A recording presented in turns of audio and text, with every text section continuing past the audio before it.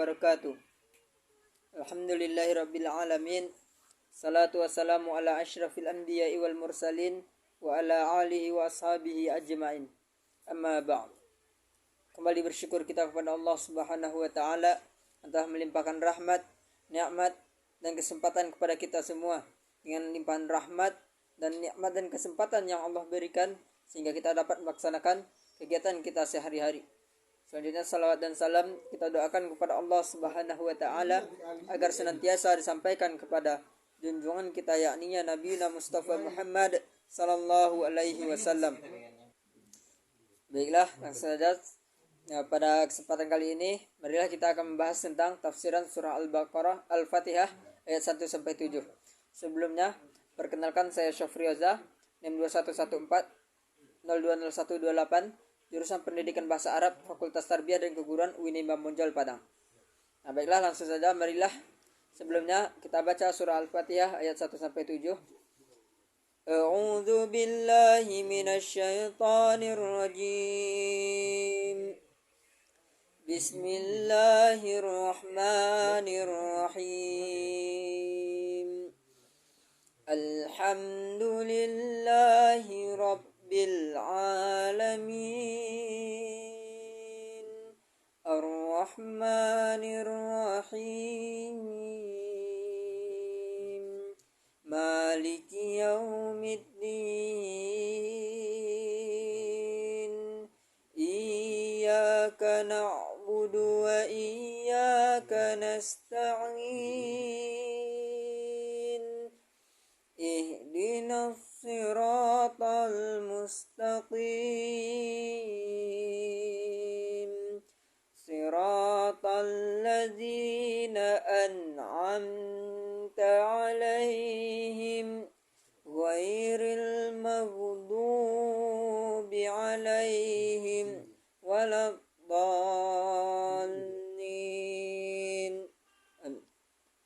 Baiklah, demikianlah surah Al-Fatihah ayat 1 sampai 7. Sebelum kita masuk pada tafsiran per ayat, marilah kita kaji makna dari perkata dari surah Al-Fatihah tersebut. Nah, pertama yaitu Bismillahirrahmanirrahim. Bismi yaitu kalimat dengan, bi itu dengan, dan ismi nama dengan nama. Allah yaitu dengan Allah. Bismillah dengan nama Allah. Ar-Rahman yang Maha Pengasih, Ar-Rahim yang Maha Penyayang. Jadi makna dari Bismillahirrahmanirrahim yaitu dengan menyebut nama Allah yang Maha Pengasih lagi Maha Penyayang. Nah, pada tafsiran ayat pertama ini yaitu dengan menyebut nama Allah yang Maha Pengasih, Maha Penyayang. Maksudnya di sini setiap kita hendak melakukan apapun kegiatan yang akan kita lakukan, baik itu kita melakukan pekerjaan, kita mulai belajar, segala kegiatan yang akan kita lakukan, mulai dari bangun tidur sampai kita tidur lagi, adalah kita mulai dengan nama Allah Subhanahu wa taala. Kita mau belajar, kita mulai dengan Bismillahirrahmanirrahim. Karena mengapa demikian? Karena dengan nama Allah segala sesuatu kita insyaallah akan dimudahkan oleh Allah Subhanahu wa taala. Namun adapun pada tafsiran Ibnu Katsir yaitu pada tafsiran ayat pertama ini dengan nama Allah yang Maha Pengasih, Maha Penyayang, ada perbedaan pendapat mengenai tafsir surah Al-Fatihah ayat pertama ini, karena biasanya kalimat basmalah merupakan pemisah antara surat, sebagaimana yang diriwayatkan Abu Daud dari Ibnu Abbas radhiyallahu anhu bahwa Rasulullah sallallahu alaihi wasallam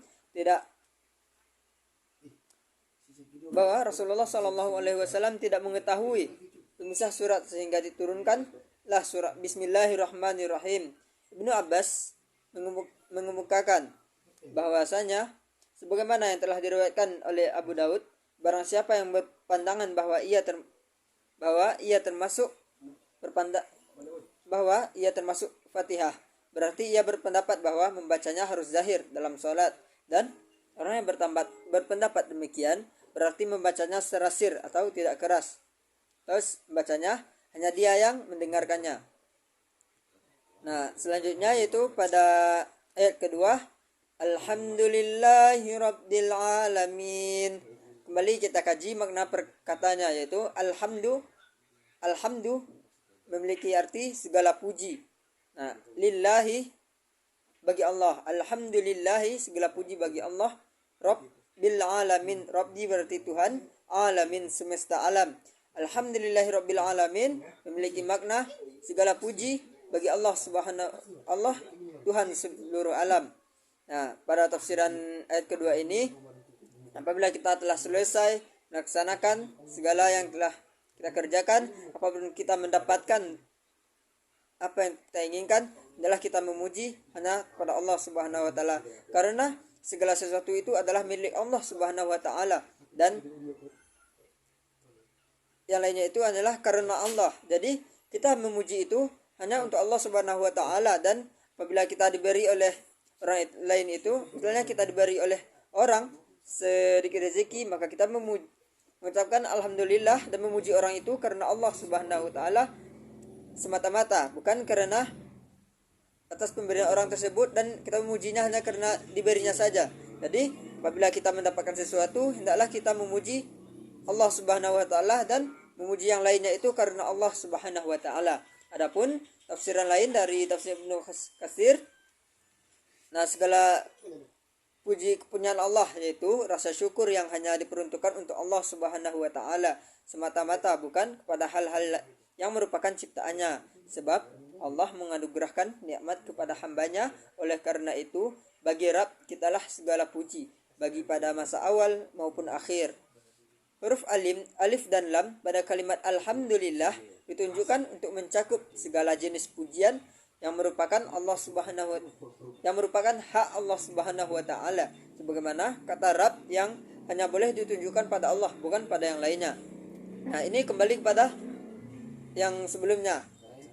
Kita apabila menyelesaikan suatu pekerjaan ataupun mendapatkan sesuatu hal yang menguntungkan kita, maka hendaklah kita memuji hanya kepada Allah Subhanahu wa taala, dan yang lainnya itu hanya karena Allah Subhanahu wa taala, bukan kepadanya tapi karena Allah Subhanahu wa taala.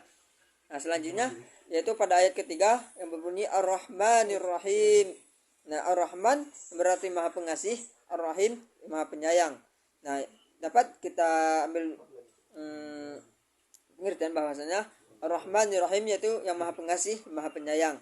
Nah, Ar-Rahman dan Ar-Rahim ini menunjukkan makna yang sangat berarti. Allah menegaskan bahwasanya Allah merupakan pemberi rahmat di dunia dan rahmat di akhirat.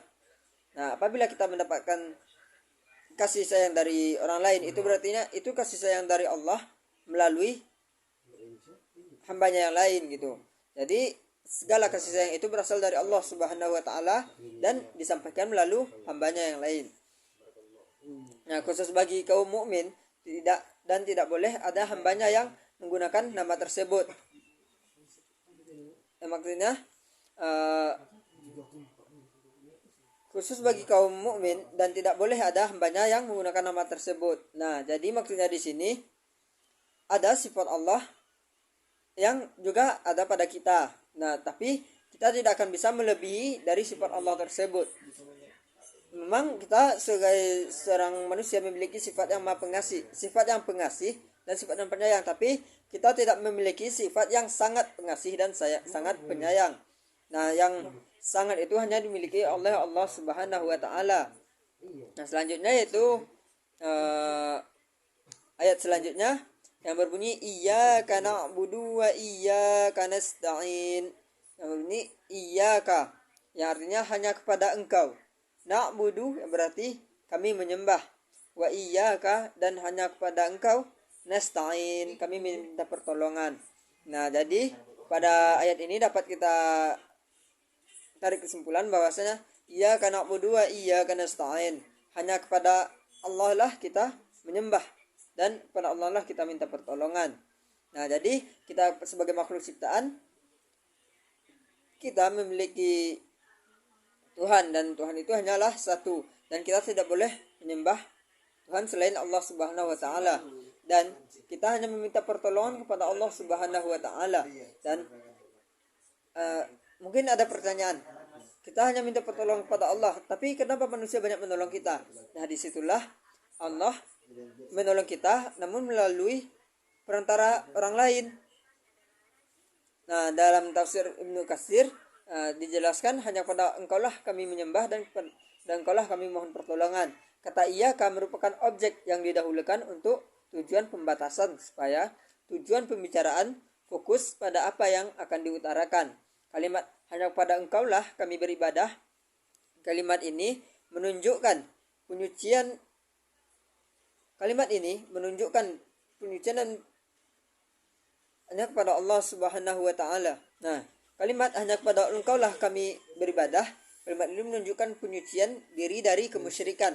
Nah, kalimat hanya kepada engkaulah kami memohon pertolongan merupakan penyucian dari apa yang telah diusahakan dengan menyerahkan segala hanya kepada Allah Subhanahu wa taala yang Maha Mulia dan Maha Agung. Nah, selanjutnya ayat selanjutnya itu ihdinas siratal mustaqim. Ihdina, tunjukilah kami. Sirat yaitu jalan. Siratal mustaqim, mustaqim jalan yang lurus. Nah, maksudnya tunjukilah kami jalan yang lurus. Nah, maksud dari ayat ini adalah kita meminta pertolongan kepada Allah Subhanahu wa taala. Nah, itu ihdinas siratal mustaqim. Tunjukilah kami jalan yang lurus. Nah, pada ayat ini memerintahkan kepada kita untuk meminta kepada Allah Subhanahu wa taala yaitu jalan-jalan yang lurus. Bagaimana jalan yang lurus? Kita bertawasul dengan sifat-sifat yang tinggi dan amal soleh. Setelah seorang hamba mengagungkan sifat Allah dan beramal soleh untuk Allah, kemudian ia memohon akan kebutuhannya. Yaitu bagaimana jalan-jalan yang lurus tersebut? Masuk ke ayat selanjutnya. Yaitu siratal ladzina an'amta alaihim, yaitu siratal ladzi, jalan-jalan orang-orang telah engkau nikmati. Nah, jadi di sini kita meminta kepada Allah Subhanahu wa taala yaitu minta jalan yang lurus. Maksud jalan yang lurus tersebut adalah jalan yang telah Allah nikmati, bukan jalan orang yang dimurkai oleh Allah Subhanahu wa taala, yaitu jalan orang-orang mereka yang dimurkai, dan bukan pula jalan mereka yang sesat. Pada kalimat jalannya orang-orang yang telah engkau anugerahi nikmat kepada mereka, menafsirkan jalan kepada mereka, menafsirkan jalan yang lurus, jalan yang telah diberi nikmat, yaitu jalan orang-orang yang telah menaati Allah dan Rasulnya. Penggalan kata bukan atau jalan, bukan jalan yang dimurkai dan bukan pula jalan yang mereka yang sesat, yaitu hal ini merupakan orang-orang yang mengingkari perintah Allah Subhanahu wa taala dan ajaran para rasulnya. Mereka yang tidak memiliki pengetahuan dan mengikuti kesesatan. Mereka itulah orang-orang yang tidak mendapatkan petunjuk dari Allah Subhanahu wa taala. Nah, dari ayat terakhir ini itu bukan jalan orang-orang yang dimurkai oleh Allah Subhanahu wa taala, yaitu jalan-jalan orang yang ingkar dari Allah Subhanahu wa taala. Hendaklah kita berdoa kepada Allah Subhanahu wa taala agar ditunjuki jalan-jalan orang yang telah menaati Allah dan jalan orang-orang yang telah diberi nikmat oleh Allah Subhanahu wa taala, sehingga kita bisa menjadi hambanya yang mampu beribadah sesuai dengan yang diperintahkan oleh Allah Subhanahu wa taala. Nah, jadi dari ketujuh surah Al-Fatihah ayat 1 sampai 7 ini dapat kita menarik kesimpulan atau pembelajaran. Nah, apa yang dapat kita simpulkan dari surah Al-Fatihah ini? Yaitu apabila kita hendak melakukan segala kegiatan, maka hendaklah kita memulai dengan Bismillahirrahmanirrahim. Kita mulai dengan nama Allah Subhanahu wa taala, berharap ridha Allah Subhanahu wa taala. Apabila kita hendak melakukan pekerjaan, kita hendak belajar, hendak makan, pergian, hendaklah dengan nama Allah Subhanahu wa taala agar kita selalu berada di jalan yang benar dan kita tidak keluar dari jalan Allah Subhanahu wa taala, agar kita terhindar dari murka Allah Subhanahu wa taala. Nah, di sini bisa kita kaitkan kepada pendidikan atau kepada penafsiran tarbawi. Apa yang dapat kita jadikan pembelajaran, yaitu hendaklah kita apabila kita memulai kegiatan belajar mengajar, hendaklah kita memulainya dengan nama Allah Subhanahu wa taala agar ilmu yang kita dapati berkah dan diberi keberkahan oleh Allah Subhanahu wa taala dan bermanfaat bagi kita semua. Dan kita bisa mendapatkan pembelajaran dari apa yang telah kita pelajari.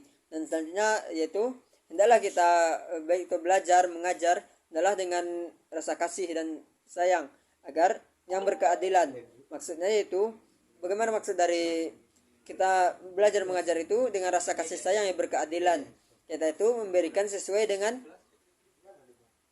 keadilan tersebut. Misalnya dia murid yang rajin, dia murid yang cerdas tapi akhlaknya kurang, janganlah kita memberi dia nilai tinggi karena kepintarannya saja, tapi kita juga melihatnya kepada akhlaknya. Itulah yang disebut dengan kasih sayang berkeadilan.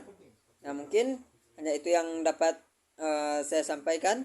Jika ada kesalahan dalam menyampaikan penafsiran surah Al-Baqarah ayat 1 sampai 7 ini, saya mohon maaf. Dan jika itu benar-benar dari Allah dan itu salah dari saya dan dari syaitan. Fa'tabiru ya ulil absar. Marilah kita ambil pembelajaran dari video kali ini. Saya mohon pamit. Wassalamualaikum warahmatullahi wabarakatuh.